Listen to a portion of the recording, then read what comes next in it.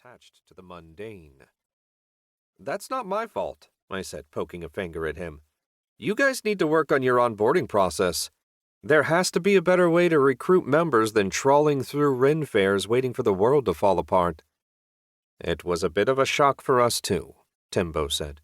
"You and your car were not exactly what we were expecting." I had gotten onto the Night Watch team by killing a dragon that popped up in the middle of a Ren fair last year. It wasn't a glorious battle, more a matter of driving my mom's station wagon through the beast's skull, which isn't supposed to work. The creatures of the unreal are supposed to be immune to modern weapons like guns, grenades, and the engine blocks of Volvo station wagons. That started a whole chain of events that ended with my friend Eric trying to destroy Night Watch so he could live out his dream of being a wizard. Typical stuff, if you think about it. I'm just happy to be a hero. I leaned against the side of the ship and stretched my back. Actual armor was so much heavier than the Ren Fair stuff I was once used to. I was gaining new muscle just by wearing it around, not to mention the bulk gained in practicing with Gregory. Slowly, I was becoming the kind of knight I had dreamed of being. Very slowly. I looked over at Chessa.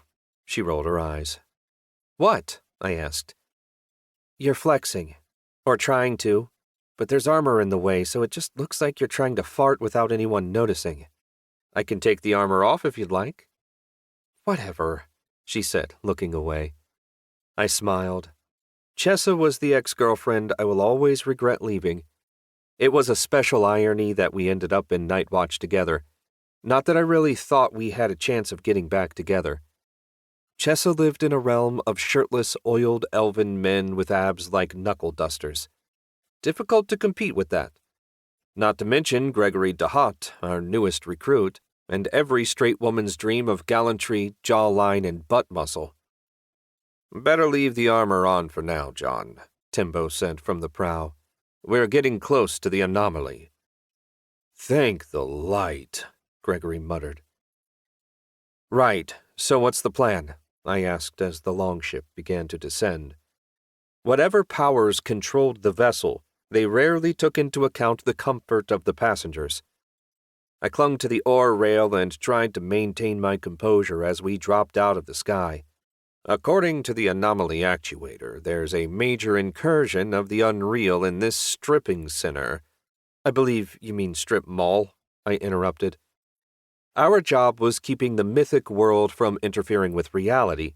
It mostly involved rounding up gangs of gnomes who had discovered spreadsheets, or rogue air elementals hiding in the ductwork of abandoned malls. Today we were dispatched to a strip mall in Exurbia, or, as Timbo liked to say, stripping mall, yes. Timbo gathered his robes and peered over the side of the longship. "Esther thinks it could be an accidental intrusion into the Mundane, but there's something else interfering with the signal. Better safe than sorry." "If she wanted safe, she should have sent the healer," I said. St. Matthew was already on assignment, along with our rogue, Bethany. I hated when the healer was absent. Bad things always happened. Usually to me. "Just don't get hurt," Gregory answered, sliding his massive Zweihander across his lap and caressing the hilt. "Kill them before they kill you. Simple enough." "Great advice, Hot. Keep it coming." I gripped the oar lock and tried to lean casually, despite the Nagelfer's perilous descent. If a troll is trying to bite me, do I let it? Or should I avoid that? "Depends on the troll," he said with a smirk. My eyebrows shot up. "Wait, are there sexy trolls?" I asked.